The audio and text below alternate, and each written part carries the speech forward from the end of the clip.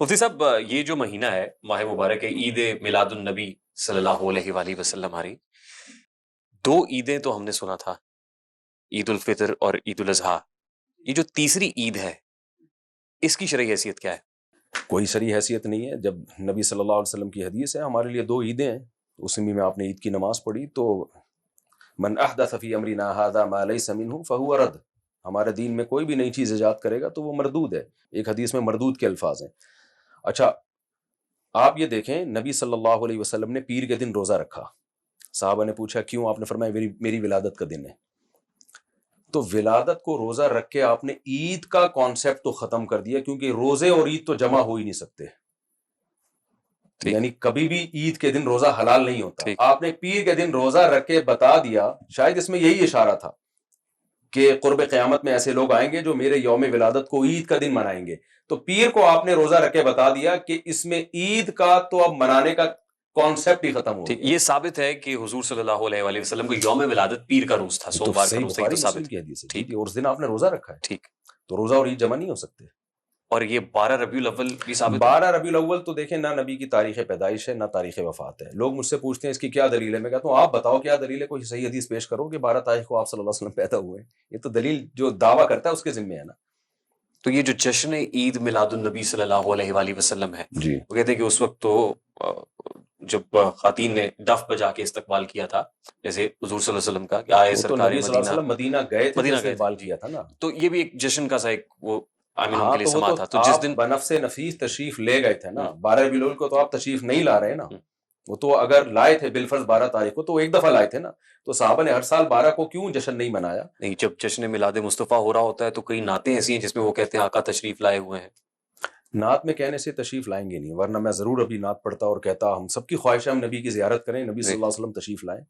تو آپ اگر نعت میں پڑھ لیتے ہیں کہ نبی تشریف لا رہے ہیں تو یہ آپ کا نظریہ ہے، اس سے نبی تشریف نہیں آپ جو کہہ رہے ہیں اس کے اوپر بھی کفر کا فتویٰ لگ جائے گا کہ یہ جشن ولادت مصطفیٰ منانے سے روک رہے ہیں ہمیں۔ تو صحابہ کرام نے کیوں نہیں منایا؟ اچھا، جب نبی مکہ سے مدینہ ہجرت کر کے گئے، بچیوں نے آپ کا استقبال کیا، اگلے سال اسی تاریخ پہ بچیوں نے کیوں نہیں دف بجایا؟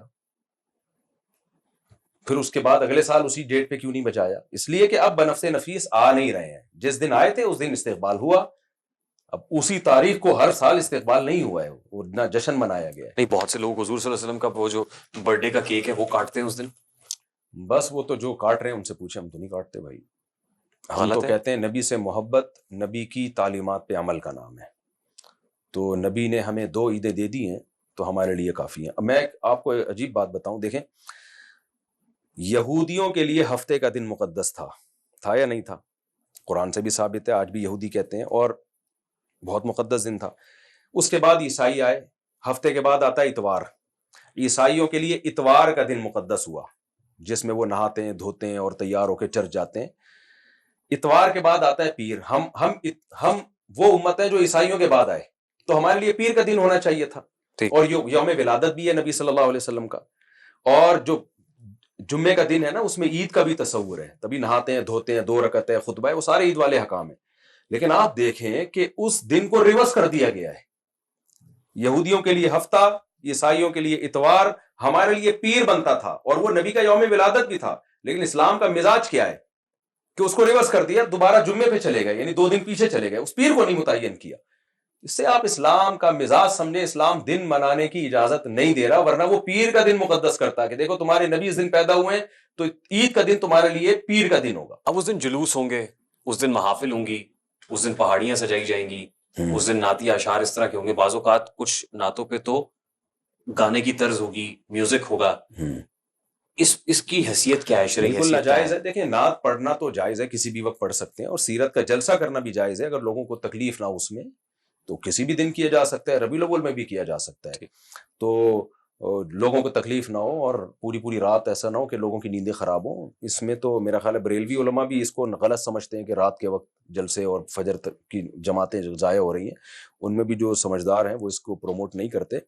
لیکن گانوں کے طرز پہ نعتیں، روڈ بلاک کر لینا اور جشن منانا، جشن کے ہم خلاف ہیں، یہ کہاں سے ثابت ہے بھائی؟ یہ تو جو ہمارے اوریجنل عید ہے عید الفطر، اس میں نہیں جشن مناتے ہم، بلکہ آپ حیران ہوں گے جو سچی مچی کی عیدیں ہیں، عید الفطر، عید الاضحیٰ، اس میں اتنی لائٹنگ نہیں ہوتی، ایسے اور وہ عید جس کا نبی اور صحابہ سے کوئی ثبوت نہیں ہے اس دن کو زیادہ منایا جاتا ہے.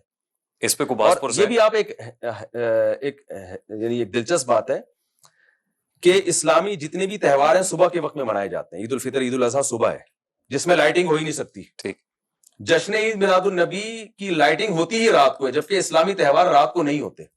راتیں عبادت کے لیے ہیں، لیلۃ القدر رات کی ہے تو تہجد رات کی عبادت ہے. تو اسلامی تہوار تو ہوتے ہی دن کی روشنی میں، جبکہ یہاں لائٹنگ دن میں لائٹنگ ہو نہیں سکتی. تو خود یہ عید میلاد النبی کے غلط ہونے کی ایک بڑی دلیل ہے کہ اسلامی مزاج کے خلاف ہونے کی دلیل ہے کہ یہ رات کو منائی جاتی ہے، کیونکہ لائٹنگ رات کے بغیر ہوتی نہیں. اور رات اسلام کہتا ہے سونے کے لیے، عبادت کے لیے. اور جو وہ عیدیں جو ہم سیلیبریٹ کرتے ہیں وہ دن میں ہے. اس پہ پکڑ ہے مفتی صاحب؟ 100% پکڑ ہے. نبی صلی اللہ علیہ وسلم کی حدیث ہے کہ قیامت کے دن کچھ لوگ آئیں گے حوض کوثر پہ پانی پینے کے لیے، تو ان کا حلیہ میرے امتیوں جیسا ہوگا، لیکن فرشتے ان کو دور کریں گے. تو میں کہوں گا ان کا تو یہ میرے امتی ہیں، تو فرشتے کہیں گے انہوں نے آپ کے بعد دین میں نئی نئی چیزیں ایجاد کی. تو حدیث کے الفاظ ہیں سحقن سحقن، یعنی دور کرو ان کو. او کما قال صلی اللہ علیہ وسلم، پورے الفاظ یعنی ہو سکتا ہے مجھ سے بیان کرنے میں غلطی، اس کا مفہوم پیش کر رہا ہوں میں. تو بدعتی تو نبی کے ہاتھ سے حوض کوثر کی سعادت اس کو نہیں ملے گی. ٹھیک. تو دین میں نئی نئی چیزیں. اور ایک اہم ترین بات یہ کہ دیکھیں دنیا میں جتنے بھی تہوار ہیں نا، جتنے بھی مسخ شدہ مذہب ہیں یا مذہبی لوگ جتنے بھی لبرل ہو جائیں، وہ سب تہوار ان کا ایک دن ہی ہوتا ہے. ہندوؤں کی ہولی، چاہے ہندو کتنا ہی لبرل ہوگا اس ہولی منائے گا وہ اسی دن جو ان کا تہوار ہے. عیسائی سارے 25 دسمبر کو اپنا تہوار مناتے ہیں. تو ہر مذہب کا جو تہوار ہوتا ہے نا اس میں ان کا کوئی اختلاف نہیں ہوتا، پوری قوم جمع ہو جاتی ہے، چاہے مذہبی ہو یا نہ ہو. عید ہے عید الفطر عید الاضحیٰ، کتنے سیکولر لبرل مسلمان بھی ہوں گے نا وہ بھی عید الاضحیٰ منائیں گے، عید الفطر منائیں گے. اگر یہ جشن عید میلاد النبی مسلمانوں کا تہوار ہوتا تو اس میں اتنا اختلاف کیوں ہوتا کہ کھارا در میں منائی جا رہی ہے، ناظم آباد میں نہیں منائی جا رہی، پاکستان میں منائی جا رہی ہے، عرب کنٹری میں کہیں بھی نہیں منائی جا رہی. ملیشیا میں نے 12 ربیع الاول گزاروں کو پتہ ہی نہیں تھا کہ آج کوئی دن ہے. پھر ناظم آباد میں بھی اس گلی میں منائی جا رہی ہے، دوسری گلی میں نہیں منائی جا رہی، پھر اس گلی میں بھی اس گھر میں منائی جا رہی ہے، پڑوسیوں کو پتہ ہی نہیں ہے. تو اس سے بھی پتہ چلتا ہے یہ مسلمانوں کا تہوار نہیں ہے.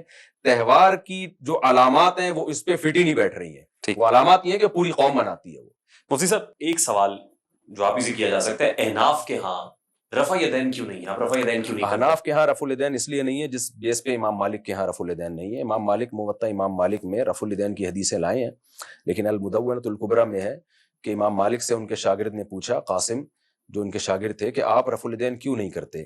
وہ کہتے ہیں میں نے مدینہ والوں کو رفع الیدین کرتا ہوا نہیں دیکھا. تو یہ اس کی علامت تھی کہ نبی صلی اللہ علیہ وسلم کی نماز کو، آخری نماز کو اہل مدینہ نے فالو کیا ہے. تو یہ اس کی علامت امام مالک نے اس قول کے مطابق سمجھی کہ انہوں نے رفع الیدین ترک کر دیا ہے. نہیں، امام ابو حنیفہ نے تو کوفہ کے 500 صحابیوں سے دین سیکھا ہے. جی تو کوفہ کے 500 صحابی زیادہ امپورٹنٹ ہے، میں آ رہا ہوں، یا آپ صلی اللہ علیہ وسلم؟ میں آ رہا ہوں اس طرف. تو امام جو ابو حنیفہ رحمہ اللہ تعالی ہیں انہوں نے اہل کوفہ کے عمل کو زیادہ فالو کیا ہے. کیوں اہل کوفہ کے عمل کو فالو کیا؟ اس لیے کہ عبداللہ بن مسعود رضی اللہ تعالیٰ عنہ کوفہ چلے گئے تھے اور حضرت علی نے کوفہ کو دارالخلافہ بنایا. تو یہی وجہ ہے کہ جب 1400 صحابہ حضرت علی کے ساتھ کوفہ گئے ہیں تو کوفہ کی قرات پوری دنیا میں سب سے زیادہ مشہور ہوئی.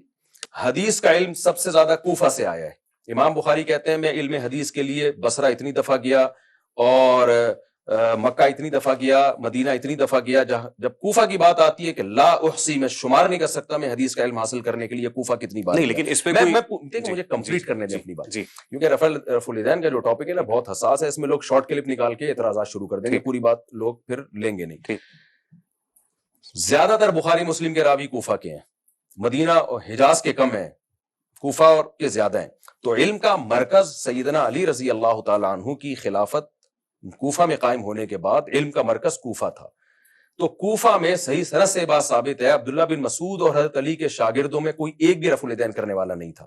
یہ بہت بڑی علامت ہے اس بات کی کہ نبی صلی اللہ علیہ وسلم نے آخر میں رفع الیدین ترک کر دیا تھا. اگر آپ کہتے ہیں کہ نبی سے رفع الیدین ثابت ہے لہذا آپ کو بہر صورت وہ کرنا ہے، تو ہم کہتے ہیں سنن نسائی میں صحیح سند سے یہ بات ثابت ہے، البانی نے اس حدیث کو صحیح قرار دیا ہے کہ نبی نے 2 سردوں کے درمیان بھی رفع الیدین کیا ہے. تو آپ کیوں نہیں کرتے؟ اس لیے نہیں کرتے، آپ کہتے ہیں وہ منسوخ ہے. تو آپ دلیل بتائیں کہ نبی صلی اللہ علیہ وسلم نے کہاں دو سجدوں کے درمیان رفع الیدین کو ترک کیا ہے؟ تبھی ناصر البانی دو سجدوں کے درمیان بھی رفع الیدین کے قائل ہے. تو ہم کہتے ہیں جیسے نبی نے دو سجدوں کے درمیان رفع الیدین ترک کیا ہے، تو عبداللہ بن مسعود کی ترمذی کی صحیح حدیث ہے جس میں وہ کہتے ہیں الا اصلی بکم صلاۃ رسول اللہ، میں تمہیں ایسے نماز پڑھ کے بتاؤں جیسے نبی نے نماز پڑھی ہے. اس میں آپ صلی اللہ علیہ وسلم نے صحیح تکبیر مسلم اور صحیح بخاری کے اندر جو موجود ہے اس میں یہ نہیں ہے کہ رکوع میں جانے سے پہلے اور رکوع کے کیا بعد ہے نا، ہم مانتے ہیں، ہم کہتے ہیں دو سجدوں کے درمیان بھی تو کیا ہے نا. نہیں، صحیح بخاری اور صحیح مسلم کے اندر یہ ہے کہ نہیں، سنن نسائی میں ہے کہ دو سجدوں کے درمیان کیا آپ صلی اللہ علیہ وسلم نے. اور اس کے ساتھ ہی کوئی صریح دلیل موجود ہے کہ آپ صلی اللہ علیہ وسلم نے عمر کے آخری حصے میں رفع یدین نہیں کیا؟ دیکھیں صریح دلیل اس پہ، صریح دلیل اس کو نہیں کہتے کہ نبی منع کر رہے ہوں کہ مت کرو. صحابی رسول بتا رہے ہیں کہ میں تمہیں نبی کی وہ نماز پڑھ کے دکھاؤں جیسے نبی نے نماز پڑھی ہے، اور وہ اس میں تکبیر تحریمہ کے وقت رفع الیدین کر رہے ہیں، باقی نہیں کر رہے. اور ان کے تمام اصحاب علقمہ اور اسود جو بخاری مسلم کے راوی ہیں اسی نماز کو فالو بھی کر رہے ہیں. وہی بخاری مسلم کے راوی ہیں حضرت علقمہ اور اسود، اور پھر ان کے شاگرد ابراہیم نخعی، پھر ان کے شاگرد حماد الکوفی، پھر ان کے شاگرد یہ حماد الکوفی تک سارے بخاری کے راوی ہیں. یہ ان میں سے کوئی بھی رفع الیدین کا قائل نہیں تھا. میں یہی کہہ رہا ہوں نا کہ امام ابو حنیفہ نے تو 500 کوفہ کے 500 صحابیوں سے نہیں، امام حنیفہ تو بہت بعد میں آئے ہیں نا. حماد الکوفی، علقمہ، یہ بھی تو رفع الیدین نہیں کرتے، تو تابعین تھے. لیکن اگر آپ صلی اللہ علیہ وسلم عمر کے آخری حصے میں رفع یدین کر رہے تھے تو پھر تو سنت عمل ہے، پھر تو کرنا چاہیے. نہیں کر رہے تھے نا آخر عمر میں رفع الیدین، اس پہ کوئی صریح دلیل موجود نہیں ہے. میں دلیل پیش کر رہا ہوں، آپ سن نہیں رہے نا. عبداللہ بن مسعود رضی اللہ تعالیٰ عنہ جو نبی کے سفر حضر کے ساتھی ہیں اور علم میں دیگر اصحاب رسول سے زیادہ نہیں بلکہ بہت زیادہ بڑا مقام ہے ان کا، وہ صحیح حدیث میں بتا رہے ہیں کہ میں تمہیں وہ نماز پڑھ کے دکھاؤں جو نبی نے نماز پڑھی ہے. اور ظاہر ہے آپ اپنے شاگردوں کو وہ نماز سکھا رہے ہیں جو آپ کنٹینیو کروانا چاہتے ہیں. تو عبداللہ بن مسعود نے صرف تکبیر تحریمہ کے وقت کیا. تو ہم یہ کہتے ہیں یہ ہو نہیں سکتا کہ رکوع میں نبی کا آخری عمل رفع الیدین کا ہو اور عبداللہ بن مسعود اس کو ترک کریں، ان کے شاگرد بھی ترک کریں، اور شاگردوں کے شاگردوں کا پورا کوفہ تک سلسلہ ترک کرتا چلا ہے. یہ ممکن نہیں ہے. اگر ایسا ہوتا تو عبداللہ بن مسعود اس موقع پہ ترک نہ کرتے، اور اگر کرتے تو احیاناً ترک کرتے. لیکن ہم دیکھ رہے ہیں حضرت علقمہ اور اسود نے وہی نماز کو ان سے لیا. لیکن رفع یدین کر لینے میں عذر کیا ہے؟ ہم نے تو کبھی نہیں کہا کہ حرام اور ناجائز ہے، یہ تو بلا وجہ کے ایک الزام لگایا. افضلیت کا اختلاف ہے. تو ہم یہ کہتے ہیں کہ بہت سارے قرائن اور عبداللہ بن مسعود کی اس حدیث سے ہمیں پتہ چلتا ہے کہ نبی صلی اللہ علیہ وسلم کی آخری نماز ترک رفع الیدین والی تھی، کیونکہ ہمیں نبی سے دو سردوں کے درمیان بھی رفع الیدین ملتا ہے. دیکھیں 3 طرح کی حدیثیں ہمیں ملتی ہیں.